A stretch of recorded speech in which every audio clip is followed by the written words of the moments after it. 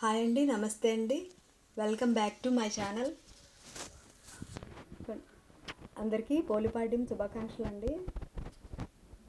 ఇదిగోండి, నేను ఇలా ప్రతి సంవత్సరం దీపాలు వదులుకుంటానండి. ముందు రోజే ఇల్లంతా శుభ్రం చేసుకొని పెట్టుకుంటానండి. తెల్లవారి 3 గంటలకే లేస్తానండి. లేచి ఇలా పోలి తల్లికి, సూర్యనారాయణ మూర్తికి 365 ఒత్తు వదులుతానండి. ముందుగా విఘ్నేశ్వరుడికి, దామోదరుడికి పూజ చేసుకుంటానండి.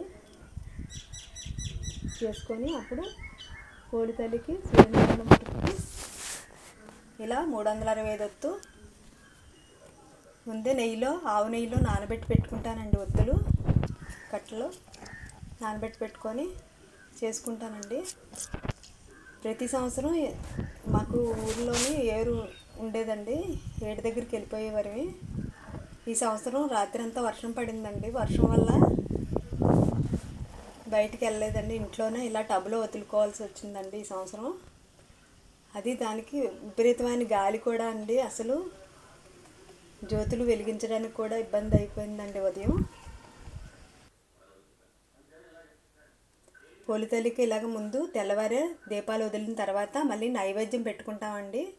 ఆవిడకి ఇలా నైవేద్యం ఉపవారం పెట్టుకొని సాగనంపుతామండి.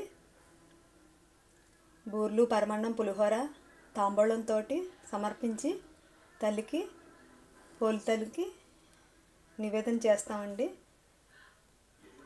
ఇలా సాగనంపుతామండి ప్రతి సంవత్సరం పోలి తల్లిని. మీరు ఎలా చేస్తారో కామెంట్ చేయండి ఫ్రెండ్స్.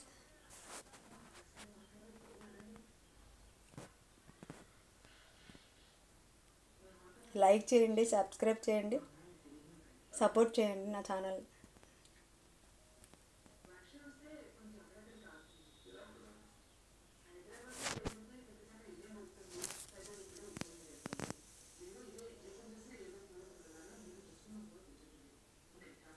బాయ్ అండి.